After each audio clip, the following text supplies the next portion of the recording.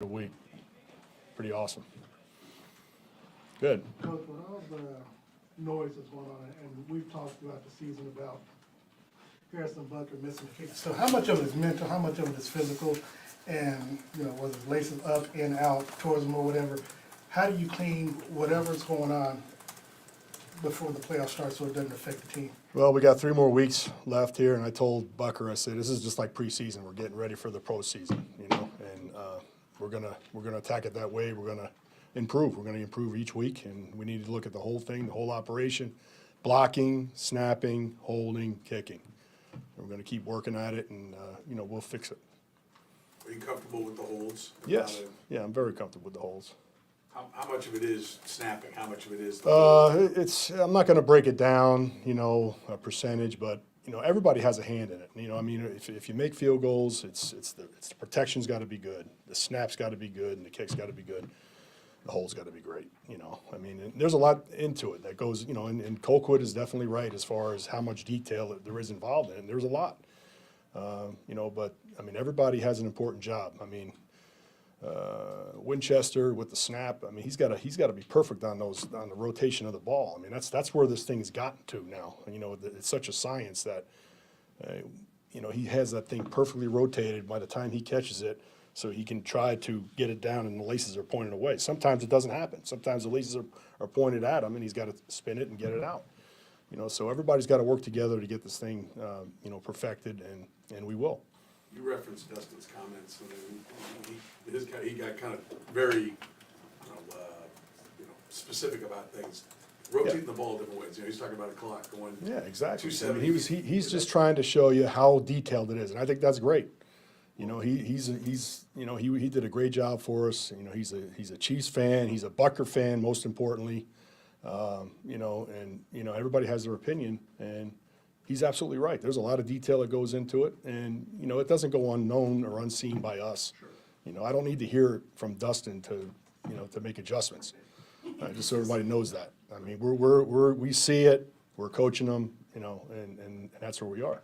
I guess my question is, can Tommy spin it both ways? Yes. Yeah. It depends on if the laces are, if they're at 4 o'clock or 8 o'clock.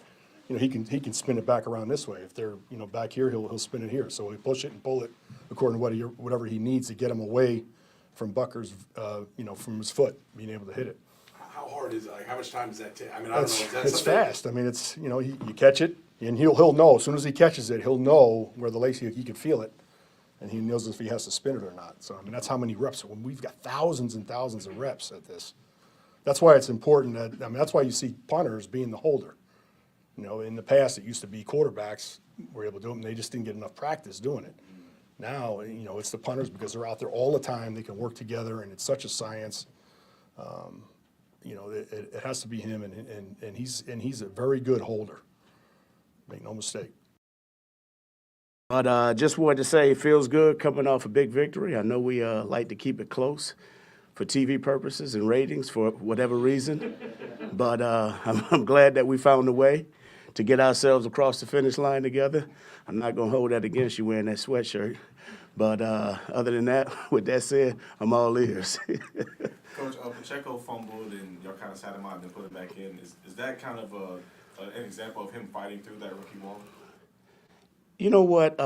We've had a number of turnovers in the past how many weeks in a row, and it's been addressed. And guys need to understand this.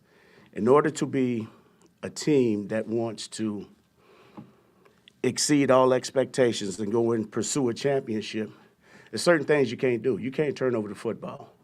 Right now, we got to protect the ball. We got to do a better job of understanding how important it is of possessing it and making sure that whatever individual has that ball last, their job is to hand it back to the ref.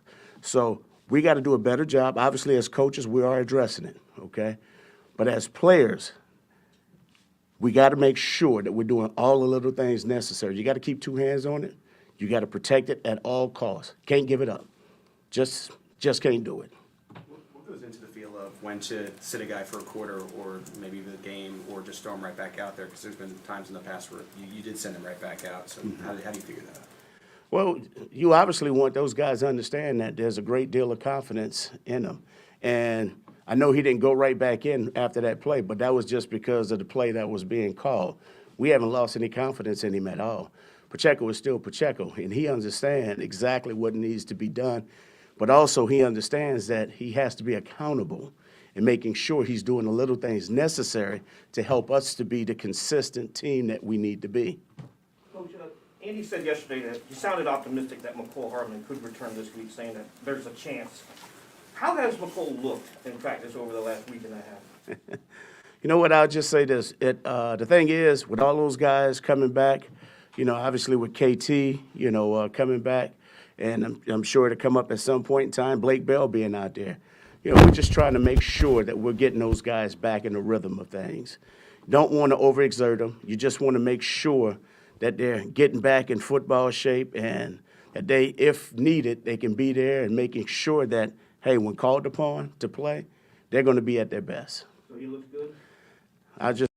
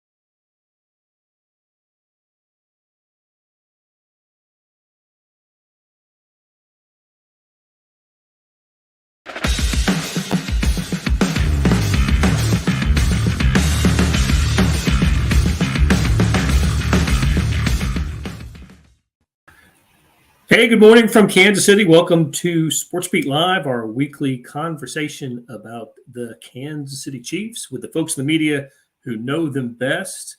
Vahe Gregorian, Herbie Teope, and Jesse Newell are here to talk Chiefs with you. Send us your questions and comments, and we'll get to as many of them as we can. So good morning, gentlemen, and I hope everybody is staying warm. I looked this up before the show. It is colder right now in Kansas City than it is in Siberia. So, which is to say, it's 6 degrees in Siberia right now, in the capital of Siberia. So that's how cold it is here in Kansas City. I hope, Jesse, I see that you did not make the drive over to Kansas City this morning. We got Zoom calls with the Chiefs, so there you have it. Yep, Chiefs are zooming today. They've called off their scheduled. It would have been just a meeting with Andy Reid and then open locker room today. So that's not going to happen for the Chiefs. So guys, send us your questions and comments first, and let's talk Chiefs. But we got a lot to unpack here today. Let's start with a little bit of news last night. Herbie, tell us who made the Pro Bowl for the Chiefs. 7 in all.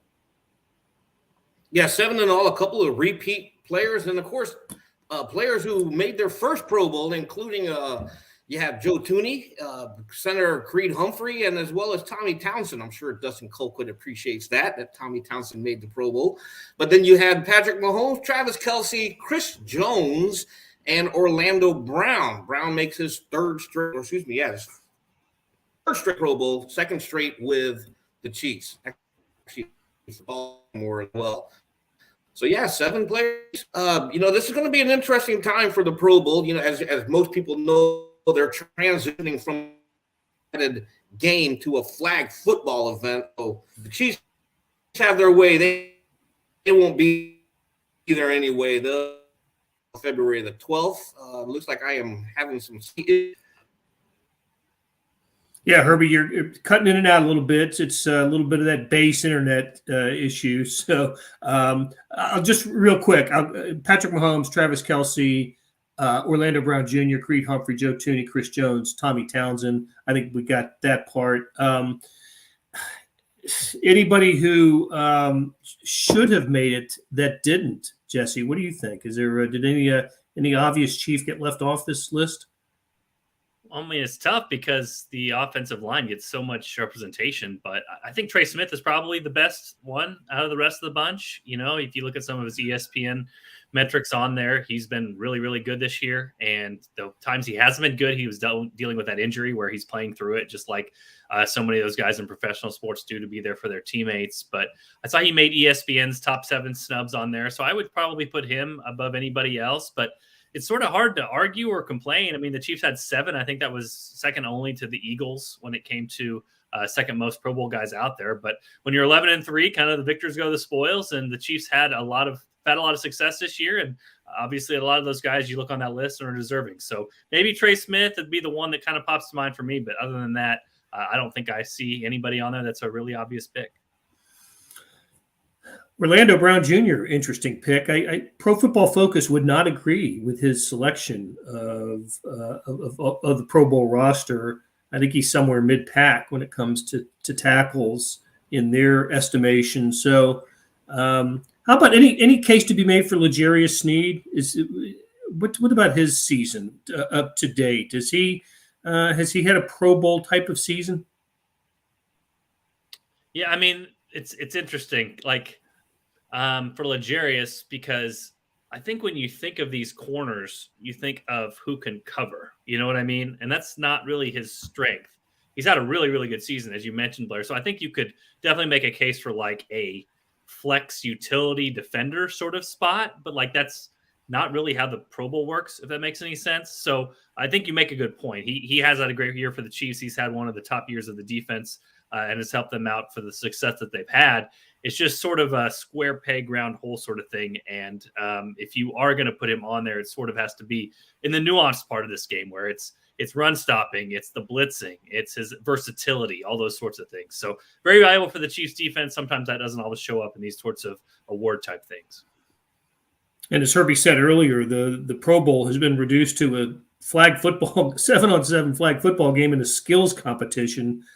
I'm not sure I'm going to be tuning into that.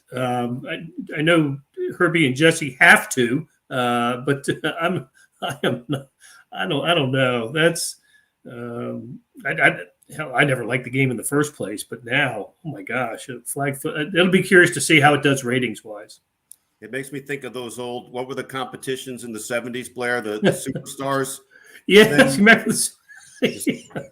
just wacky races.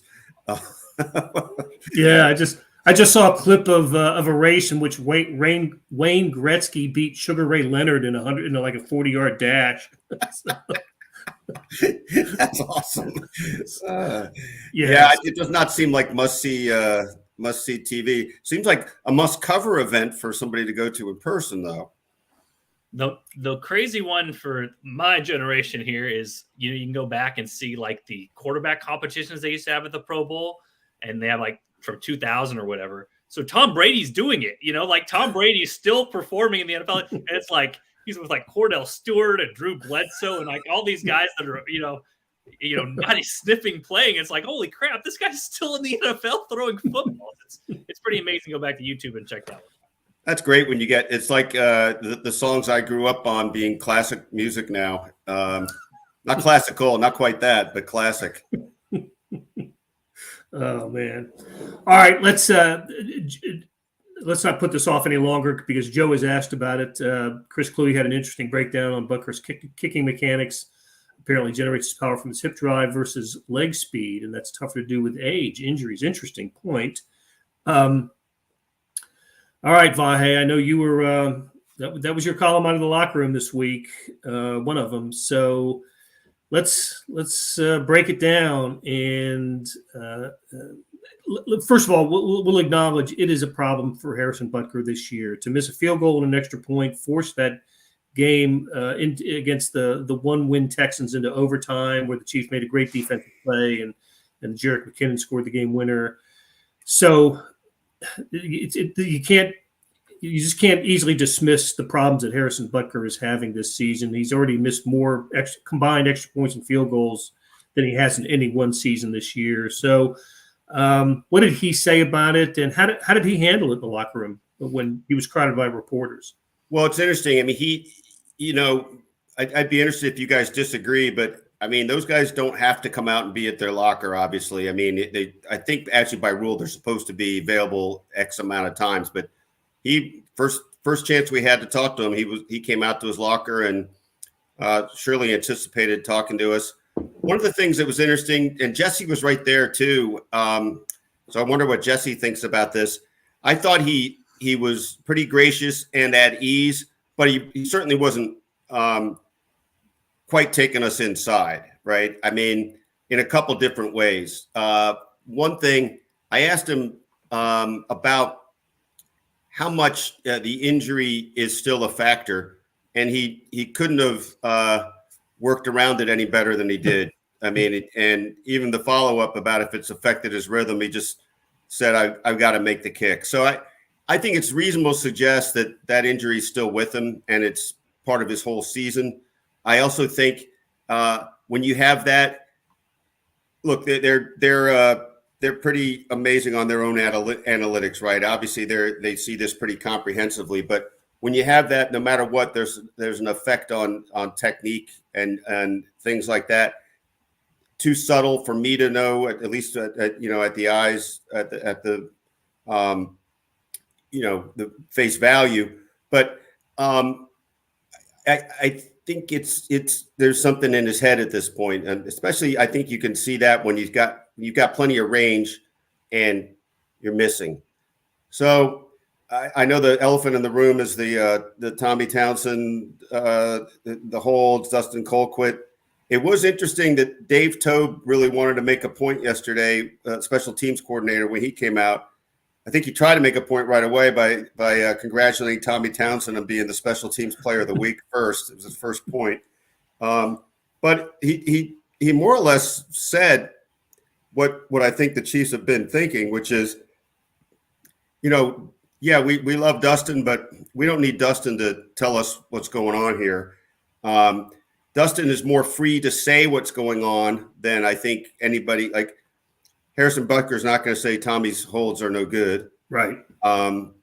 Chiefs aren't going to say that. They're going to say it's a three-man weave that they've got to get right, the whole operation. So long-winded, the old over-caffeinated answer, Blair, but I feel like, yes, there continues to be a problem. I don't think we should feel like the Chiefs aren't working on this, but I think that they're, not able to say everything because they don't want to get everybody's dander up.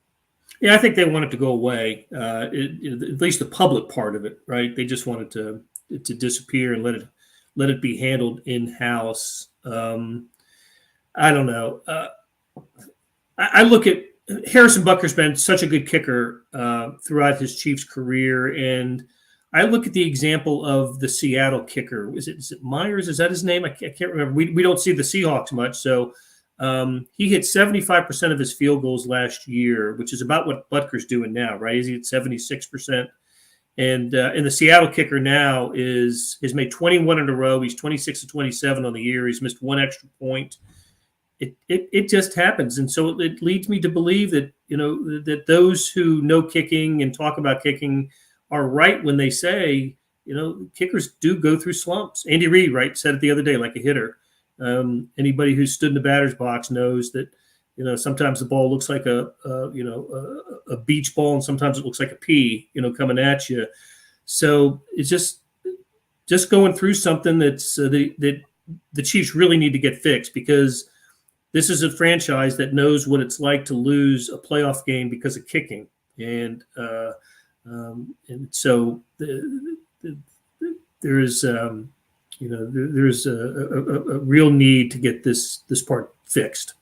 I wanted to just ask Jesse, his feelings about how he what he saw Harrison saying, and his takeaway too, since we were kind of in the scrum together. Yeah, Harrison's really good at talking about the technical details, at talking to us about those sorts of things, explaining them. It was funny you mentioned asking about being hurt, Vahe. There was a point earlier this year where at the podium, Dave Tobe told the media members that he had told Harrison to stop talking about his injury because nobody wants to hear about his injury. You know what I mean? And so if you ask him the question and he danced around the injury, he's doing exactly what Dave told him to do. And I think this goes back to our main point here, which is, listen, we're reporters. We want these guys to talk to us. We would love to get answers. We love when they explain it to us. And I think there's part of the information flow there that really helps because we can help communicate it to fans and people that are out there.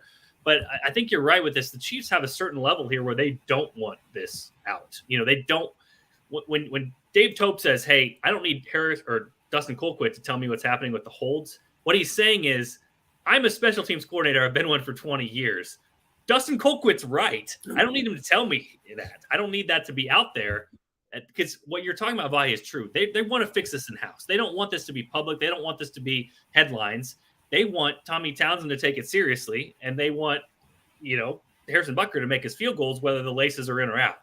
So this needs to be fixed. I think it will be fixed because I can guarantee you 31 other teams' beat writers right now are not talking about where the laces are any given week. And normally we're not talking about where the laces are. But you understand all parties involved here. Dustin Colquitt, he's super good friends with Harrison Butker. He's standing up for his boy because he sees those laces, and he took a lot of pride in getting those laces forward. He's seeing they're not perfect. He knows, hey, this is partly Harrison's fault, but it's partly probably not because these laces are in a weird spot. Harrison Butker's trying to say, hey, I just need to make these kicks, but he's stopping short of saying that these holds are perfect because they're not perfect. You know what I mean? Dave Tobe and Andy Reid are sticking up for their player. They always stick up for their players because that's what you do as an NFL head coach, an NFL special teams coordinator. So you can understand why every party is handling this the way that they are. But the bottom line is what you wrote in your column, Vahe. This is not a public thing. This needs to be a private thing. I mean, they can say whatever they want publicly. All the Chiefs fans care about is that this thing gets worked out and Tommy Townsend's holds are better, Harrison Butker's kicks are better. I thought Joe made an interesting point. I need to go check out that Cluey thing because I've talked with Sam McDowell about this. It seems to me that if you're a kicker, I'm always kind of reminded of golf. Like if you have a 30-yarder, you think you could pull out the 9-iron. You could kind of just get out there and clip it up and, kind of go up and do. It seems like Harrison doesn't have it. He has a 3-wood. Like his thing always comes like this at you. And that's one of his greatest strengths. He's great on kickoff. He's great on those long field goals, that sort of thing.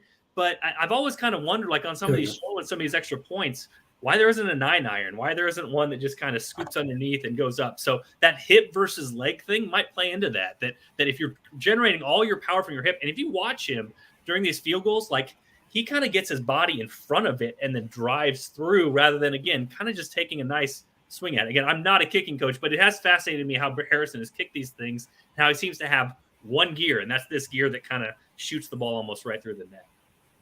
Blair, I'm not a doctor or a special teams coordinator, but it was just less than a month ago. Well, we're actually approaching 4 weeks exactly on the day.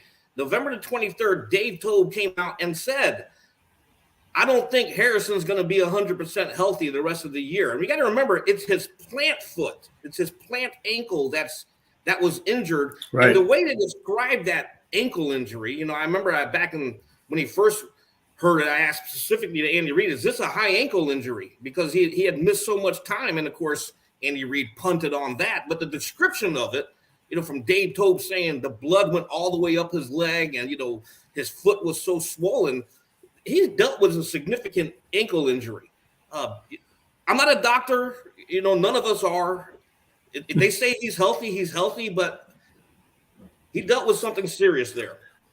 Blair, you made a good point, too. It's funny how we judge kickers because think about if your only job was to make free throws and your whole season you got 30 free throws, like one a game to shoot, but you had to go make it. Like, I think I could be like a 90% free throw shooter, and in one season I could go 22 of 30 or 23 of 30. I mean, that could happen. But again, kickers, they're in the get it right business. They got to make the field as they have. It just, I think what you're talking about with the variance of this can be very high. That's where maybe you're talking about Jason Myers with the Seahawks. Right. 1 year it's not as good. 1 year it's better. This can happen in field goal kicking too. This can happen in PAT kicking, where you can train all you want to, but you got one shot or two shots or three shots, and you better make the most of them. And again, Harrison has not done that at every point this season. Blair, by going to Pete Maravich's high school, does that make you a pretty good free throw shooter? It actually does not. Believe it or not, that was for a slow guard, that was should have been a strength, but wasn't. Vahe, you picked the second most famous basketball player from Blair's high school. Can you? I know. Well, the thing is, one's a predecessor, one's an ancestor, or Devontae Graham. That's exactly right. So, hey, all right. So, well, at least Harrison's going to have improved conditions on Saturday in which to kick, right? At least single digit though. Wind chill and probably the wind whipping like it usually does when it's that cold at Arrowhead, making it so comfortable for everyone, especially the kickers. So I do want to talk about the potential for cold weather football and what that might mean. But Herbie, there's a chance of Chiefs getting a front liner back on Saturday. We haven't seen McCole Hardman in a while. What are the prospects of him playing on Saturday? Well, he returned to practice last week, and the Chiefs aren't required to say what his participation level is. And I've been trying to get out of Eric Bieniemy how he's looked in practice in 2 straight weeks, but Bieniemy hasn't really said anything. The good news is Andy Reid said on Tuesday there's a good chance that Hardman is back in the lineup against the Seahawks, and he's missed 5 games now. So it would be good to get him back in the fold. They also might have Blake Bell back, their tight end, who landed on injured reserve before the start of the season, right at the start of the season after he underwent hip surgery in August. And he will be huge because Jody Fortson is probably not playing this week with an elbow injury. Okay. Jody Fortson out. Ooh. Yeah, I know. That's a crushing blow. What about these Seattle Seahawks? It's the one team remaining on the Chiefs' schedule that doesn't have a losing record. Seahawks are 7-7. They started out hot as fire. Have cooled off a bit here in recent weeks. The big trade that sent Russell Wilson to the Broncos certainly hasn't worked for Denver. Geno Smith, however, has worked for the Seattle Seahawks. I know you broke down the game a little bit, Herbie. What have the Seahawks done well this year? DK Metcalf. It's a good place to start. He's approaching his second career 1,000-yard season. Of course, the Chiefs are probably not going to deal with former Kansas State star. Continue the tears. Continue the tears. Go ahead. Who recently underwent hand surgery on Monday, so he's not looking like he'll play this week. But DK Metcalf, what a beast. 6'4", 236 pounds. I remember I asked Steve Spagnuolo yesterday because the Chiefs have faced big physical wide receivers this year in Mike Williams and Mike Evans, but nothing like Metcalf. 6'4", 236. And I love Spags' response. He says, I'm paraphrasing here. I go on the internet every now and then, pull up photos of these guys that bring in team meetings, and he found a shirtless photo of DK Metcalf, and his response was, quote, "Good God, I mean, what a stud," end quote. He's right. He is a stud. You got to be careful with this guy because he runs a 4.33 40-yard dash.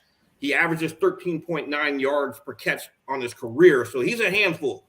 And these Chiefs' young cornerbacks are going to have to figure out a way to stop DK Metcalf.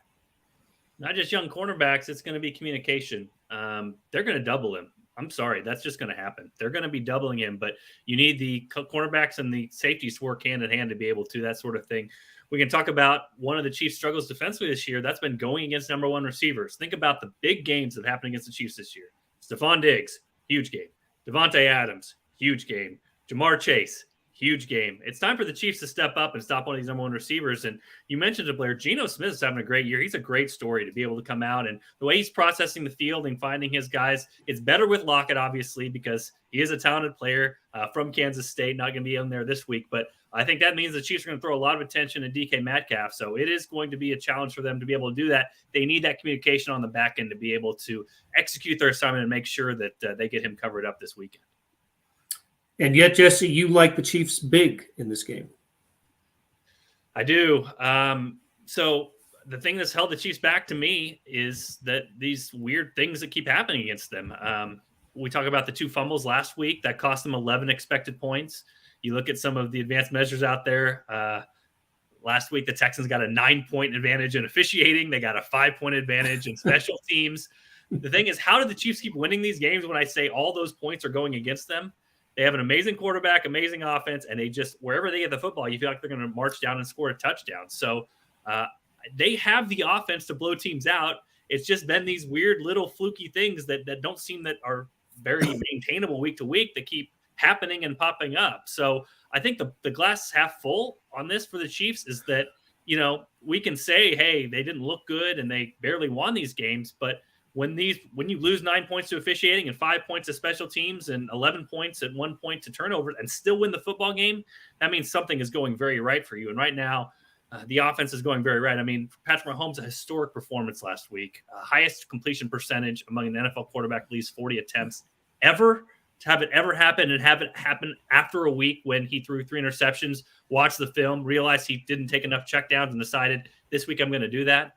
I mean, he's phenomenal. I mean, he's amazing. Like, this Chiefs offense is amazing too. I don't think the cold is going to slow him down. And I think blow-up potential is there. It's up to the Chiefs in avoiding those 2 or 3 plays that really have sidelined them or hamstrung them here the last few weeks. So you don't think the cold's going to make a difference in this game? I can't help but think that most of the cold weather games, I mean, bitter cold, not we need a heavy coat, but we need a heavy coat and something covering our face. Those types of games, excuse me, have held scoring down. But you don't think that's going to be the case on Saturday? Well, I think what you look more at is wind, and there's a good example is the Saints-Browns game that's coming up. If you look at the wind in that one, it's supposed to be 30 to 35 miles an hour constant. Blowing in the stadium, and that over-under total is 32.5, which is the lowest in an NFL game at this point in the last 12 years. So that's really the difference between, I know the offenses, Cleveland and the Saints don't have good offenses as Seattle and Kansas City, but you're talking about a 32.5 over-under compared to a 49 over-under. That's partly Patrick Mahomes and Geno Smith, but a lot of that is like the wind at kickoff for the Chiefs is supposed to be around 9 miles an hour. That's something that they deal with. That's something that's kind of normal for these games. So the football is going to be hard. I know Harrison Butker talked about the PSI in the football. It's going to be maybe more returns and the ball doesn't fly as far. But as far as the passing game goes, I'm not as concerned because at least as of right now, the forecast is not for there to be a bunch of gusts across the field that takes that football that you throw and takes it a different direction. Honestly, I consider it one of the mysteries of the universe how seamlessly we often see NFL receivers catch the ball when their hands should feel like bricks. I'm amazed. Obviously, they've got the gloves. I don't know what else they do that makes it that ball doesn't just bounce off their hands. And it's always interesting to me. Patrick, obviously, he can put a touch on it, but he does tend to throw the ball hard. And I don't know if there's any science to what we'll see, per degree that goes up or down, but I'll be interested to watch that. And I know, Jesse, you spoke with some players about that. I don't know if you spoke with receivers about it. I did. I didn't get over to receiver, but James Winchester is great in the locker room too. But he spoke about get the extra hand warmers. He's like, you don't let them out in the elements, and unless they have to be there. So even if you're running onto the field for a field goal attempt, keep them in the pouch next to the heater, those sorts of things. But it's fascinating. Ask Patrick Mahomes, and he said he's just going to have his neck warmer. That's the other thing we have to keep in mind here, guys. I was thinking back in time, how many cold weather games has Patrick Mahomes played? And in those, he's played pretty well. I mean, I remember those snow games where it's coming down. They had the famous clip of him on the sideline talking to teammates about, I love these snow games. It feels like everything's. I'm a snow game guy. I'm a snow game guy. I mean, this one might not have snow, but it does feel like, for a Texas kid, he plays pretty well in these sorts of conditions. So I think that's not something we should overlook either. his first playoff game against the Colts. Remember, the snow fell that day. I don't remember other big snow games that he played in. I can recall some very, very cold games at Arrowhead. There was a Titans regular season game once where the Chiefs lost on a last second field goal, but scored, it was in the teens. I think it was 1 degree at kickoff. That Steelers playoff game was pretty cold. Bitter cold. And so was the AFC title game against the Patriots. Yeah. Mahomes' first AFC title game. He was really, really, really good that game too. He was, especially after halftime. And Herbie, you've probably seen more football games in person than all of us. Do you have a cold weather game that stands out to you? Yeah, Buffalo, which is why I'm really hoping the Chiefs earn the number 1 seed. I remember in Buffalo, we got stuck in the press box after the game because of a blizzard, and they didn't have the parking lots cleared out, so we got stuck. This, of course, was when I covered the Saints, but we were up there in December, and a blizzard kept us in the press box for hours upon hours until the snow plows could get in there and free us up. Yeah, we don't want to go to Buffalo in January, folks. So Chiefs, clinch that number 1 seed, please. I know Vahe doesn't want to go back to Indianapolis in January. I know that I recognize the smile on his face while you were telling that story, Herbie. the polar vortex kept Adam Teicher and I there when we were too foolish to get out on Saturday night. Oh, we'll just have our flight delayed a little bit on Sunday, and next thing you know, we're clearing tables at Waffle House so we can eat something. It was like 72 hours unable to even get out of our parking lot in Indy. It was terrible. And remember, Vahe, we all offered y'all. We said, "Hey, Vahe, Adam, you can ride with us because we all I got know. there." Should have gone, but my defense is I pulled an all-nighter to get there from the Cotton Bowl, and I just wasn't ready to get in a car. But hindsight, 2020. Always a classic story here. All right, guys. Great stuff. Thank you so much. And we're just a couple days before Christmas. We're in the middle of Hanukkah. Kwanzaa starts on Monday. Happy holidays to everyone out there. And we'll see you after the game on Saturday. We'll have another chance to wish you happy holidays then. So for George Howard, Vahe, Herbie, and Jesse, so long and stay warm out there.